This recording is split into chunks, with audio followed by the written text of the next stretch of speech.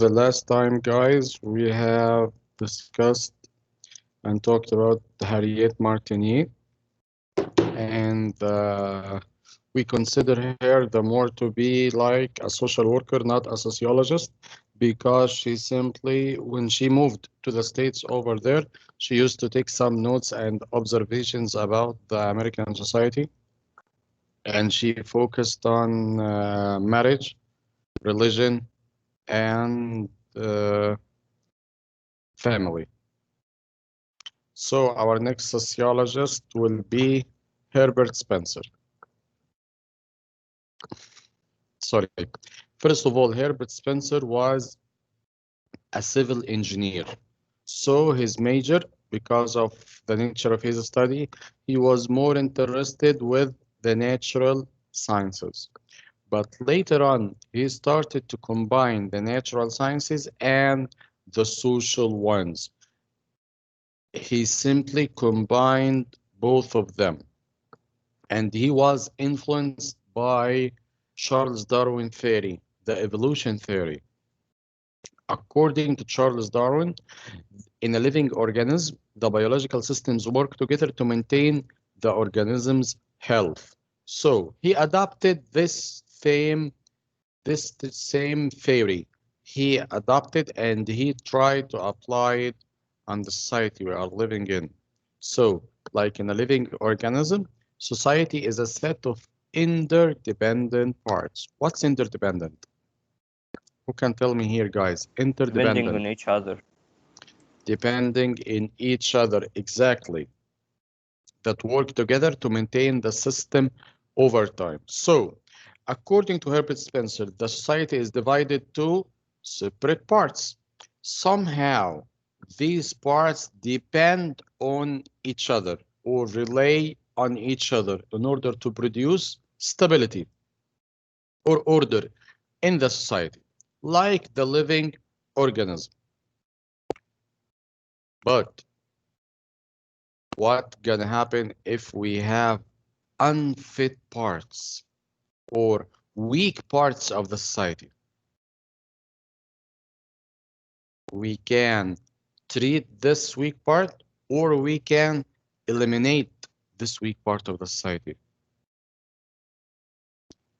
According to Herbert Spencer, guys, we should eliminate the unfit, the weak members of the society. If you remember the first slide, survival of the fittest, this photo goes back to the economic situation over there in London back at that time at the early 1800s. So because of poverty, a lot of people were homeless, living in the street. So from his point of view, and he published his writings in the news at that time, newspapers, of course. Let's leave the situation as it is. Eventually, the weak parts of the society will be eliminated, and we are moving on the steps in order to produce a healthy and strongest society. Of course, this is from his own point of view. And he named his theory, by the way, social Darwinism. The strongest members should not help the weak. The society is better served by eliminating the unfit or the weak members of the society. Survival of the fittest. We used to use this term, guys, survival of the fittest, and we accredited this term to Charles Darwin. But in fact, survival of the fittest is accredited or coined by Herbert Spencer, not with Charles Darwin. Survival of the fittest.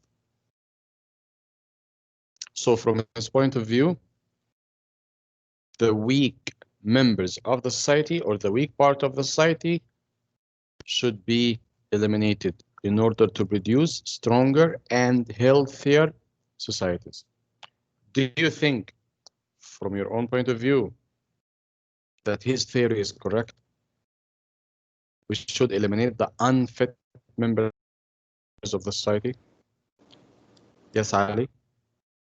No. So if I have a problem with the society, if I have weak members of the society, what do you think the solution can be? مروان. مستر Yes, معلش مروان. الأول define unfit. Unfit, weak مم. members, like the poor people, for example. آه، يعني I think يعني what if I am weak but without my choice، يعني the circumstances يعني أجبرتني إن أنا أبقى كده، يعني So in this case it have will be yes. have a global look at the society. You have strong members and weak members. Wouldn't you think that the society is better served by eliminating the weak members of the society? Rashwan, Mister, how the weak affect the society أصلا? poverty, for example, Okay, how they affect the society? They don't have money to affect it أصلا. negative consequences. For أيوة how example, بقى؟ for example, try to imagine the situation that you are moving in the street or you are waiting at any situation. One will come asking you for money. He will simply tell you, I have no money to buy some food, or I want to feed my children. Okay, the poor people will start to ask people for money, begging them. Okay, what if they refused to help them, offering them money? What's their alternative? They will die because of hunger, Stealing. or they will start to steal from others. Mister, ما هو if the society didn't leave them to be that poor that they can't afford money for food, there will not be a weak part of the society أصلا. The society offers you free educational system, but you simply refuse this idea. لو Okay, كده eliminate صح. eliminate. Mister, if the society يعني helped but you are يعني moving the other way يبقى it's the right way to eliminate it. To eliminate the unfit. So you agree with the Spencer's opinion, right? Yes, if this weak part they were weak with their mind يعني Okay. the By society their helped own them will, but they by their yes own will, they decided or they chose to be in this situation. Okay. okay. Abdurrahman Osama, what do you think? Well, the problem with the so-called unfit part is that it constitutes a very large majority of the society. Talking about poor people, like there are kinds of poor people. Some are very poor, some are somewhat poor, and so on. But I think that like killing them all or like getting rid of them all is gonna make a weaker society because like you're gonna get rid of a lot of people. Try to imagine the Nazis, the Holocaust. Okay. Hitler had a point of view. From his own point of view, uh, يعني the Germans were at the top of the pyramid, as if they were the supreme kind of all of the humans. Okay, so all of the unfit members here, he was talking about the German society. By the unfit members, from his point of view, were the Jews, the majority. ماشي? The Jews. طيب. His reaction was simply eliminating them. Then he went a little bit further. He said, let's eliminate the gypsies. They had no right to exist here in the German country or the German soil. Plus, in addition, he said, any single human being with a mental or even a physical disability or a physical illness should be eliminated in order to have a strong society. This was his point of view. And he started the Holocaust. Kareem. Yes, I would disagree with the point of Abdurrahman Rashwan, actually, because if there's unfit people ماشي they may be educated but ظروف الحياة ماشي خلتهم يصبحوا كده. During the the the Black Death ماشي the work rate was very low, pushing people to become more poor. In that way ماشي كان ممكن الناس اللي هم الفارمرز ماشي كان عندهم شغل ماشي هيبقوا more unfit ماشي. that doesn't mean ان انا اعمل لهم eliminate. ما هو بعد لما المشكلة تخلص مش هيبقى عندي حد. I totally agree with you, That's what, Kareem. Mister, I didn't say this exactly. I meant that on their own will, like you said, there was education, then they didn't use it. كده. لا قلتش هم إن هم استعملوا أيوة، ال دي نقطة education. تانية، يبقى أكيد وبعدين مش eliminated يعني. Okay, عبد الرحمن. Okay. They didn't choose to go to schools, or they didn't enter the educational system. Okay. So this gonna mean I will punish them, or I will try to solve the problem, or I will try to study the factors that led to this poverty level. Abdurrahman, Osama, do you want to add something? Why are you still raising your hand? I want to add like some people that are like deemed unfit may be helpful to society in lots of ways. For example, the famous scientist Stephen Hawking had paralysis. He could only move like his face or a muscle in his face. So, but he was a great scientist in physics, for example. So they may have like And he kept on going on his studying or on his profession. He didn't say, no, I'm a sick guy, I will simply sit in a hospital and get my treatment. He yes, kept and on moving. these people misery or like unfortunate disaster or circumstances may like increase their maturity. Like some people who have like diabetes from a very young age have more maturity than their peers, for example. Like I'm talking about like elementary school people with like elementary school have diabetes and they're more mature, like they have more responsibility, so on. Okay, Abdurrahman. Yusuf, do you want to add something? Yusuf Walid. Yes, Mr. Yes, Mister. I would like to support the thesis that Abdurrahman just said.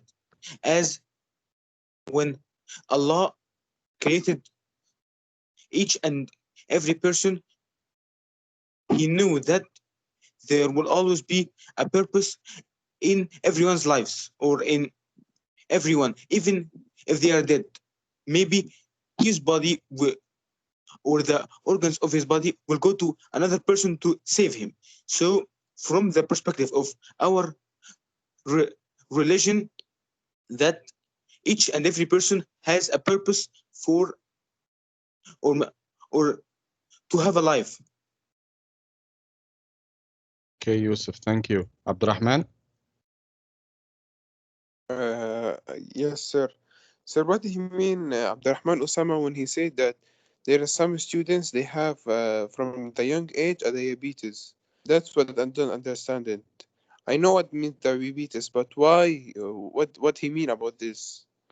I guess Abdurrahman was talking about if even though you have the excuse to be weak or to be unfit member of the society, even though you have the excuse, you must work harder to achieve your goal. Like the other example that he mentioned about Hopkins. Okay?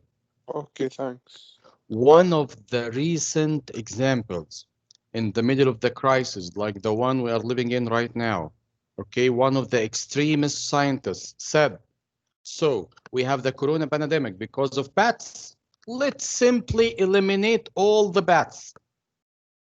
They are the cause of this disease, of this fatal disease. So let's simply eliminate them. Let's delete bats from the environment. What do you think about his opinion? To eliminate the unfit members The unfit part of the society.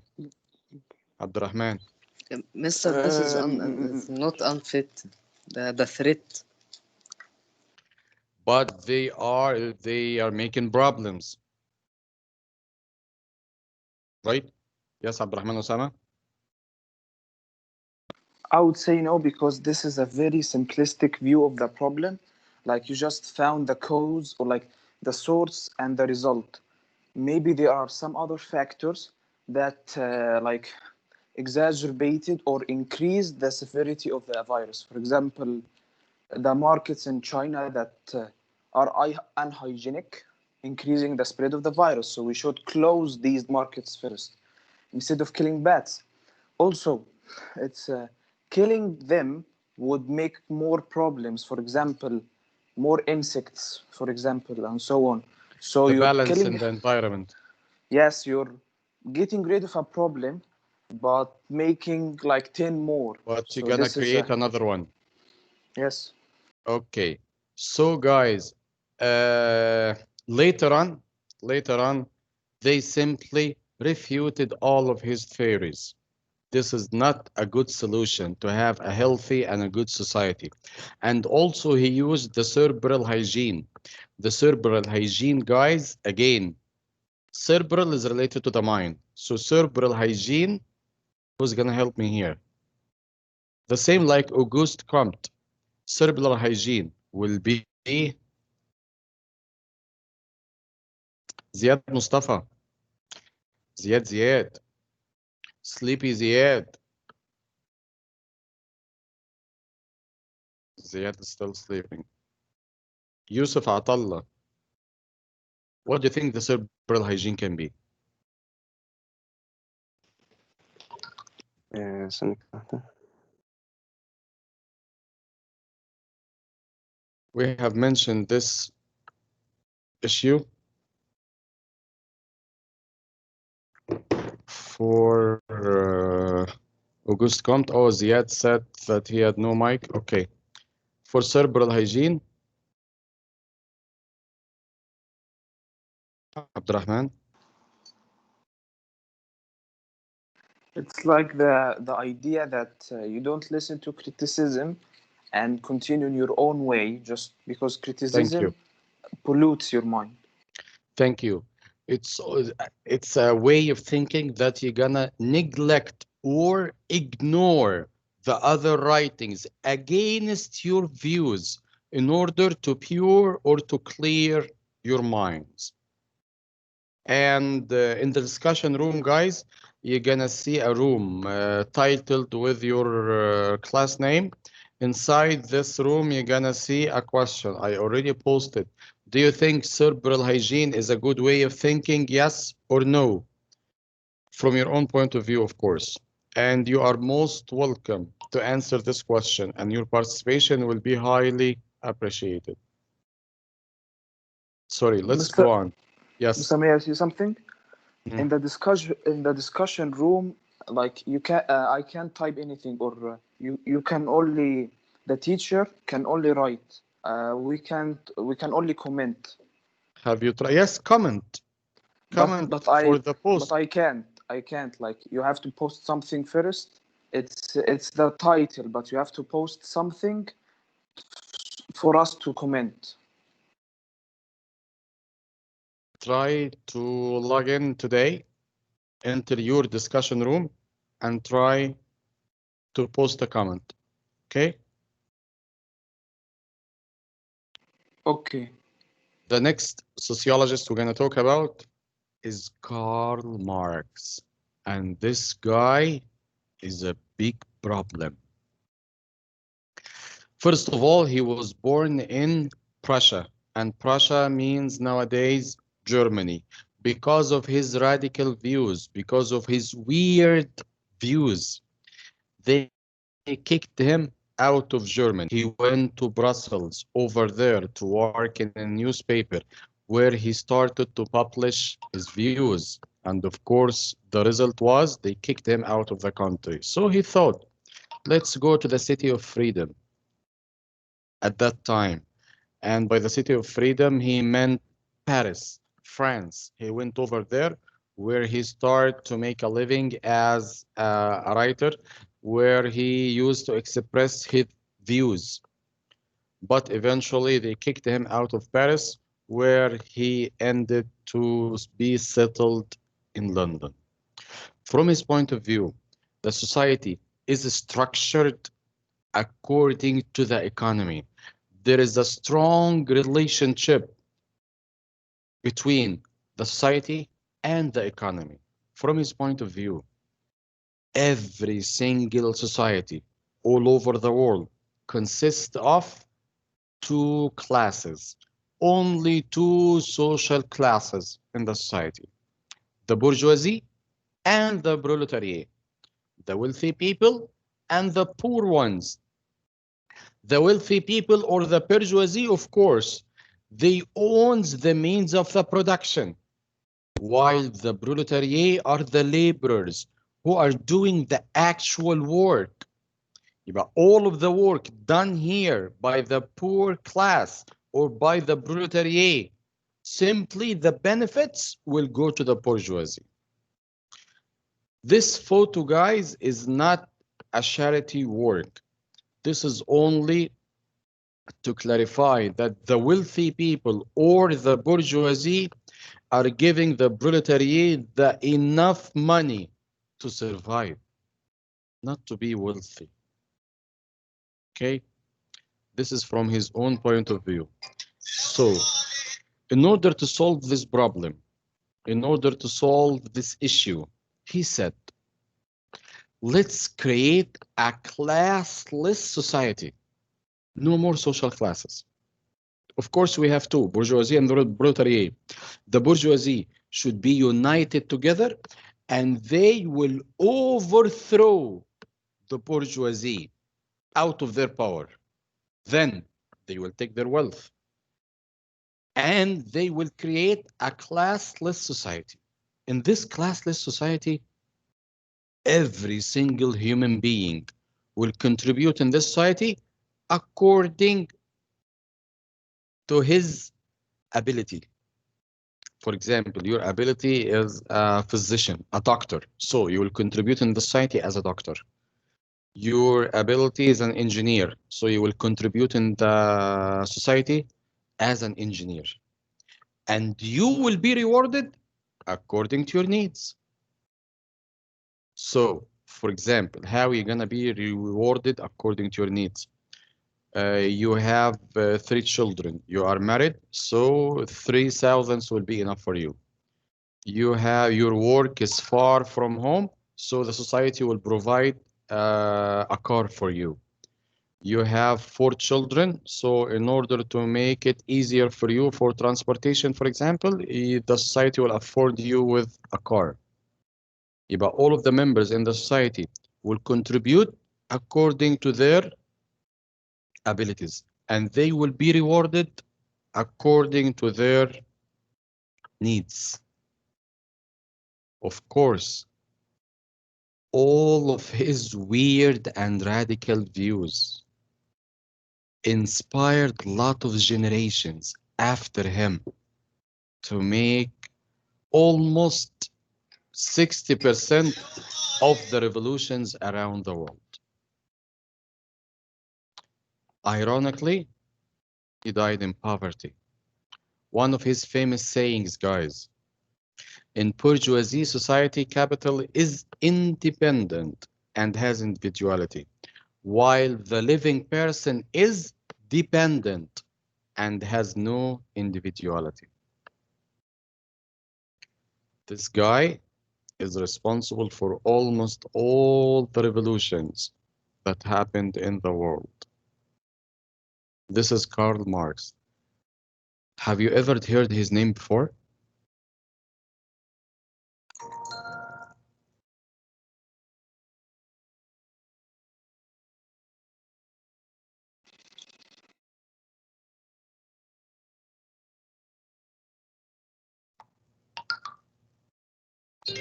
Guys, please do not let me talk to myself.